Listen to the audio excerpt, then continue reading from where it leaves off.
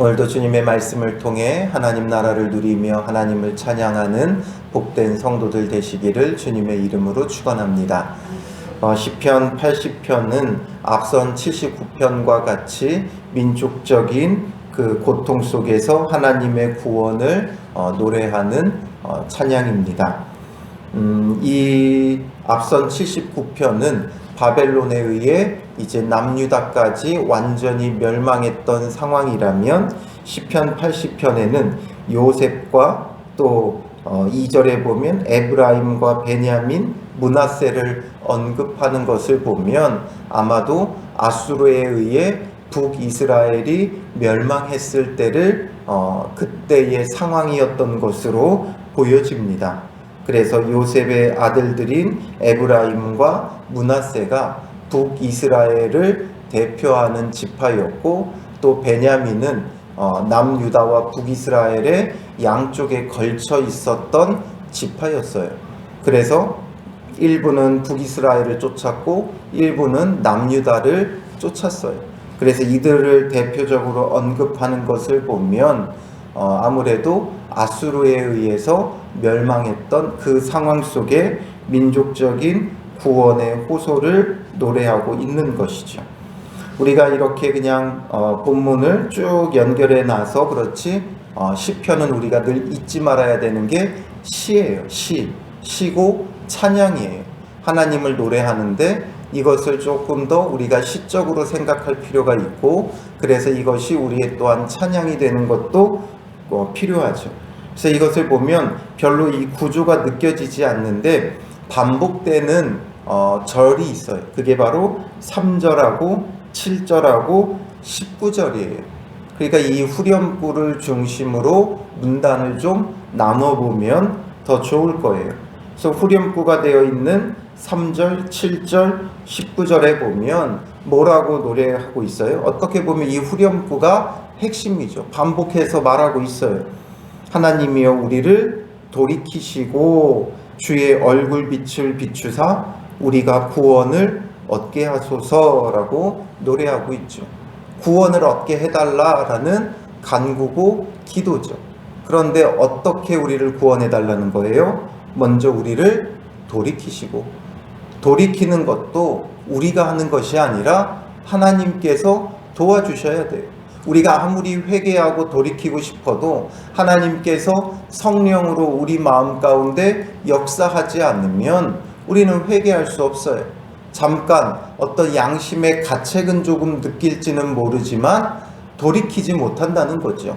그래서 우리의 죄가 반복되어지는 것은 바로 성령의 도우심을 힘입지 않기 때문에 그래요. 우리가 연약하여 우리는 반드시 넘어질 수밖에 없고 쓰러질 수밖에 없어요. 그러므로 성령의 도우심을 붙잡고 인내하며 승리하지 않으면 우리는 돌이킬 수 없는 존재이죠. 그래서 돌이키는 것조차도 하나님이 우리를 돌이켜 주셔야 돼요. 그래서 오늘 하루도 우리는 성령을 통해 하나님께서 우리를 돌이켜 주시기를 기도하며 간구하며 노래할 수 있어야 하는 것이죠. 그리고 우리를 돌이키게 하셔서 주의 얼굴빛을 비추사라고 되어 있죠. 주의 얼굴빛은 하나님의 은총을 비유적으로 표현하는 거예요. 하나님의 은총을 우리에게 비추어 달라. 하나님의 은혜와 은총을 거두어 가시면 우리는 어두움 속에서 헤맬 수밖에 없는 존재이죠. 빛이라는 게 그런 역할을 하죠. 빛이 없으면 우리는 어둠 속에서 헤매게 되어 있어요. 그러나 빛이 비추기 시작하면 모든 것을 밝히 보며 우리의 삶을 아름답게 영위할 수 있죠. 그러니까 빛은 정말 크나큰 은혜예요. 빛이 없으면 우리는 아무것도 할 수 없어요. 이 빛을 통해서 밝게 볼 뿐만 아니라 이 빛을 통해서 이 지구에 에너지가 오게 되어지는 거예요. 그래서 우리가 밝게 보며 또 식물과 사람이 살아갈 수 있죠. 그러나 이 빛이 없어졌다고 생각을 해보세요. 얼마나 우울하고 얼마나 괴로운지 몰라요. 영국에 가면 그렇다고 하더라고요. 영국은 거의 이 안개 끼는 날이 많아가지고 모든 게 좀 우중충하대요. 우중충하고, 그리고 이 안개가 끼니까 빛이 잘 안 드니까 사람들이 우울한 거예요. 그래서 지역에 따라서 햇볕이 잘 비추지 않는 그런 지역들이 있죠. 그런 곳에 가보면 사람들이 우울해요. 그런데 오히려 또 반대로 빛이 많은 곳을 보면 사람들이 또 그렇게 행복해해요. 보면 또 빛이 너무 많이 비추는 곳을 보면 그 사람들이 어떤 문명이 발달하지는 않았어요. 빛이 많이 비추니까 자연 환경이 풍부해요. 자연 환경이 풍부하니까 우리가 보기에는 뭐 별로 뭐가 없는데도 불구하고 그냥 자연 환경 속에서 너무 행복하게 살아가죠. 그게 빛의 역할이에요. 하나님께서 우리에게 그의 영광의 빛, 하나님의 은혜와 은총을 비춰주시면 우리는 그 속에서 뭐 특별한 게 없어도 기쁘고 즐거워요. 저 적도 부근의 사람들 보세요. 뭘 잘 갖추고 살지 않지만 그냥 풍부한 자연 환경 속에서 행복하게 살듯이 오늘 우리의 삶도 주님의 빛이 풍성하게 비추어주면 우리가 뭐 대단한 걸 이루며 살아가지 않아도 주님의 그 은혜 속에서 행복하게 살아갈 수 있는 거예요. 그러니 주님의 은총의 빛이 우리에게 비춰진다는 것 너무나 중요한 사실이에요. 그래서 주님, 주의 은총을 우리에게 비춰주시옵소서. 주의 얼굴의 빛을 비추어 주시옵소서. 이것이 우리에게 너무 중요하죠. 하나님께서 은혜를 공급해 주시면 우리는 그 속에서 행복할 수 있고, 주님께서 은혜를 공급해 주시지 않으면 우리는 더없이 우울하고 두렵고 괴롭고 외로운 인생을 살아갈 수밖에 없는 거죠. 아무리 많은 것을 가져도 왜 그렇게 외로워하고 왜 이렇게 만족하지 못합니까? 바로 주님의 얼굴빛을 누리지 못하기 때문에 그러한 거죠. 그러니 우리를 주님께서 돌이키시고 주의 얼굴빛을 비추시면 우리는 구원을 얻게 되어지는 거예요. 이런 구원이 필요해요. 뭔가 원하는 것이 이루어지는 게 아니라 우리가 죄에서 돌이킴으로 하나님의 얼굴빛이 우리에게 비추어지면 우리는 어디서나 참된 구원을 맛볼 수 있는 사람들이죠. 그래서 이것을 계속해서 반복해서 후렴으로 노래하면서 결국 시인이, 저자가 간구하는 것이 바로 이거예요. 오늘 우리에게도 이것이 노래가 되어 주님 우리를 돌이켜 주시고 얼굴빛을 비추사 우리에게 구원을 얻게 하소서라는 거죠. 이것을 위해서 그가 지금 노래하는 내용들을 간략하게 살펴보면 1절부터 3절에는 민족적 구원을 호소하는 거예요. 그러면서 하나님이 우리에게 누구신가를 고백하죠. 그래서 1절에는 요셉을 양떼같이 인도하시는 이스라엘의 목자여라고 말하죠. 목자 되신 하나님을 고백하는 거예요. 그래서 우리의 목자이시기에, 우리를 돌보시고 우리를 기르시는 분이시기에 우리에게 귀를 기울이소서 이렇게 노래하죠. 그리고 또 그룹 사이에 좌정하시니여 라고 말해요. 이 그룹 사이에 좌정하셨다라는 것은 법궤 위에 법궤를 덮었던 그 속죄소에는 이 그룹 두 천사가 있었고 그 천사 사이에 좌정하시는 이다라는 거예요. 그러니까 이게 의미하는 건 우리 가운데 임재하셔서 우리와 함께 하시는 하나님이시다, 임마누엘의 하나님이시다라는 것을 고백하고 있는 거예요. 그래서 성전, 성막에 법궤를 두고 그 위에 속죄소에다가 두 그룹을 이렇게 장식했던 것은 그게 바로 하나님의 임재의 상징이었어요. 그래서 법궤가 있고 성막이 있고 성전이 있는 것은 하나님이 우리와 함께 하신다라는 것을 그들의 눈으로 볼 수 있게끔 하셨던 하나님의 은혜의 선물이었던 것이죠.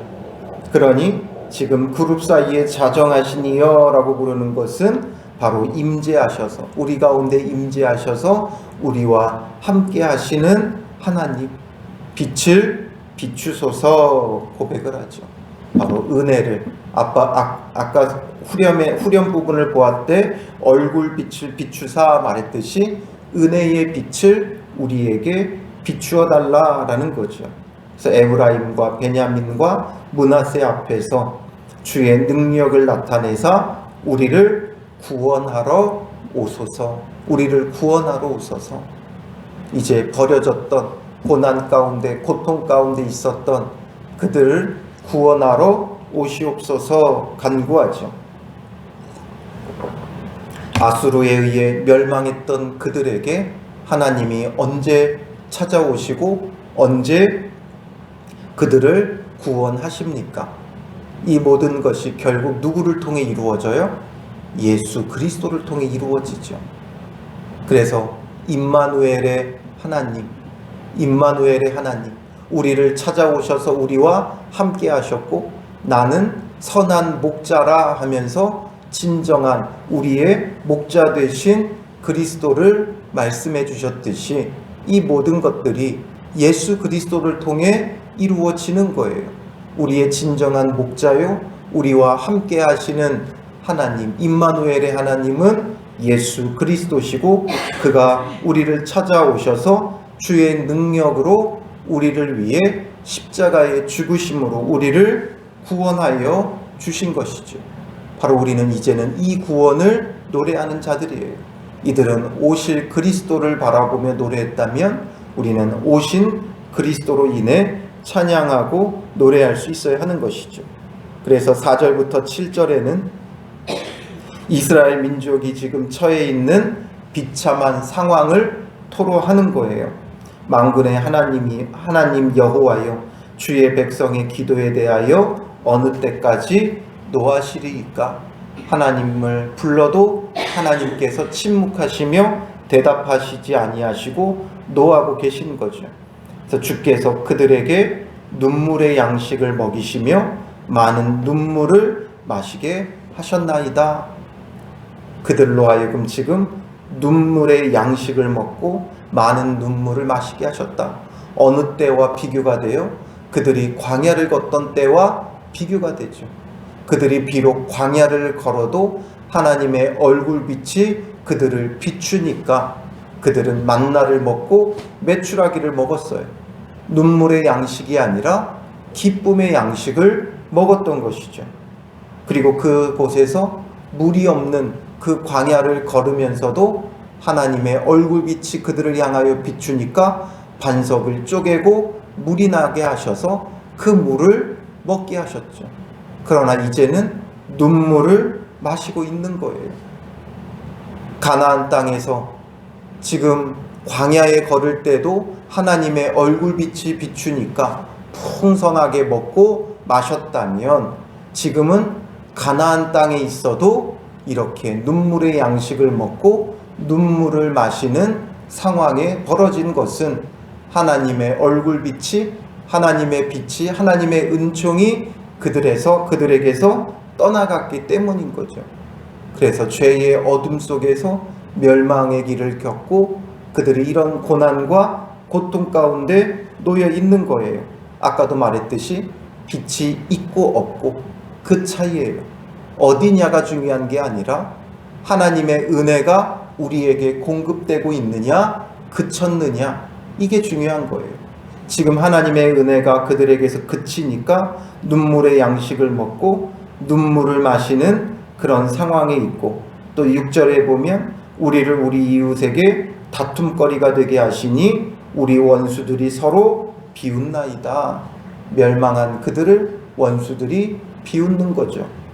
이런 상황 속에 있는 그들이 우리를 회복하여 주시고 주의 얼굴의 광채를 비추사 우리가 구원을 얻게 하소서, 이렇게 노래하고 있는 거예요.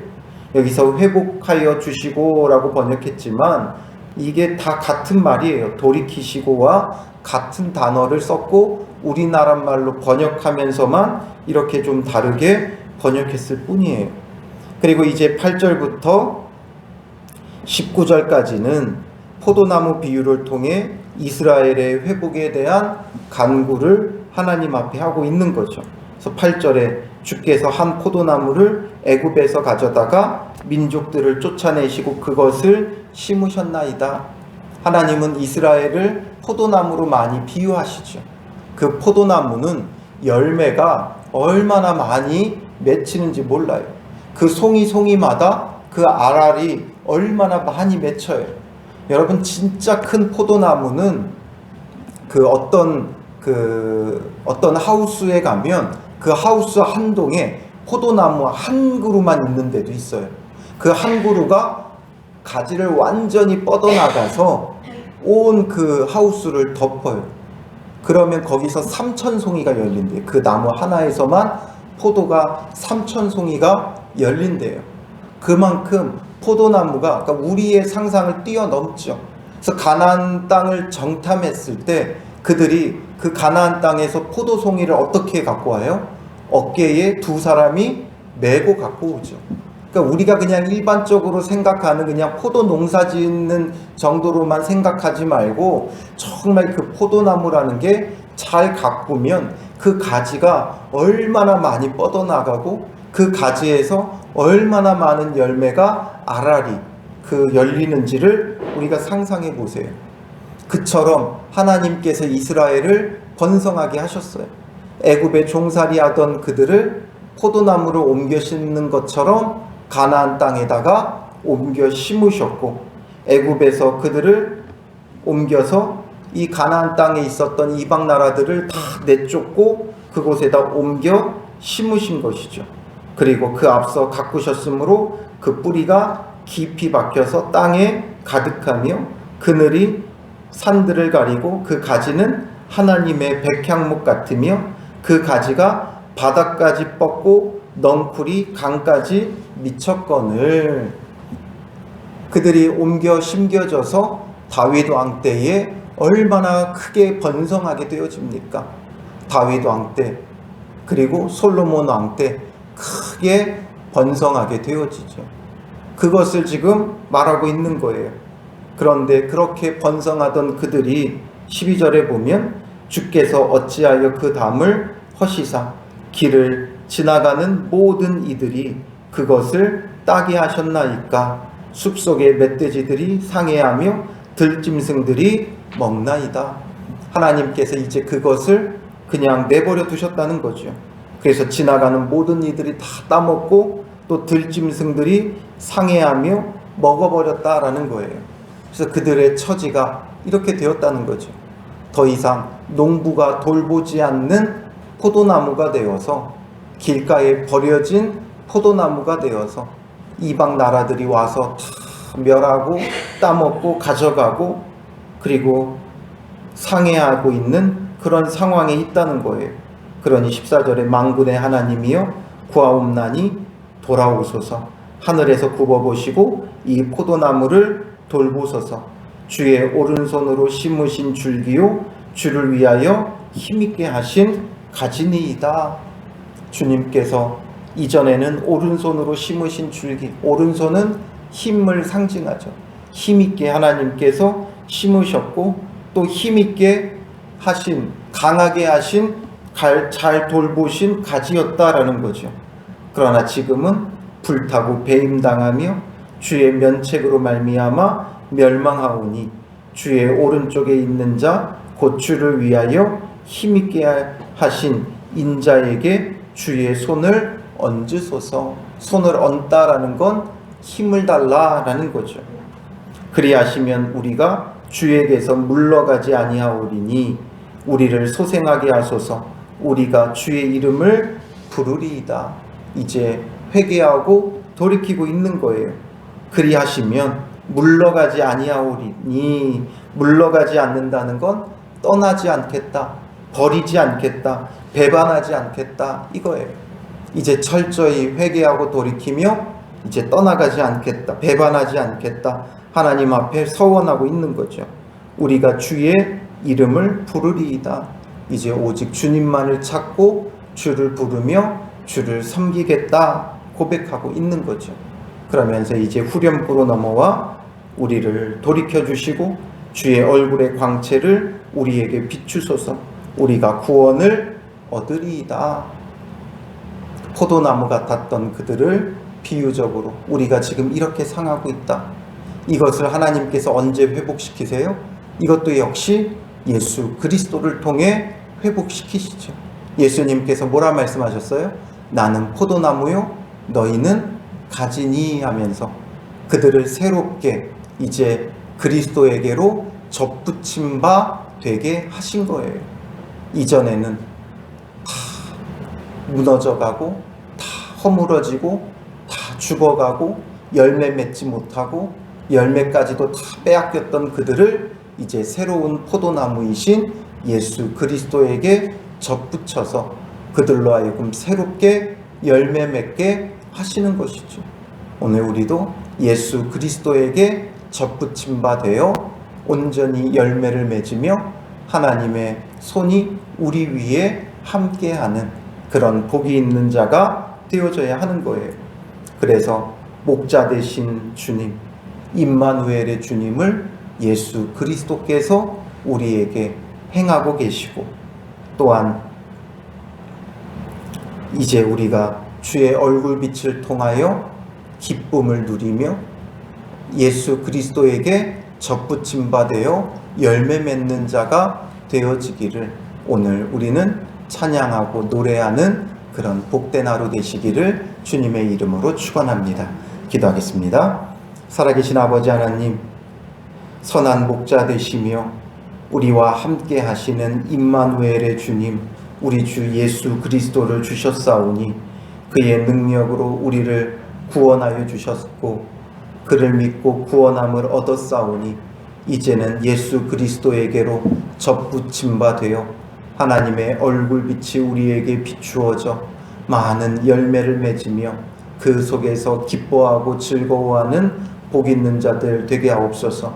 그동안 죄 아래서 어두움 속에서 고통하고 신음하고 외로워하고 두려워하고 주님 살아왔던 인생이나 이제는 예수 그리스도에게 접붙임 바 되었사오니 우리에게 생명의 빛을 더하여 주셔서 우리 안에 많은 열매를 맺음으로 참된 기쁨이, 구원의 감격이, 하나님 나라가 우리 가운데 이루어지게 하시고 오늘 하루도 우리의 입술을 열어 주를 찬양하는 자들 되게 하옵소서.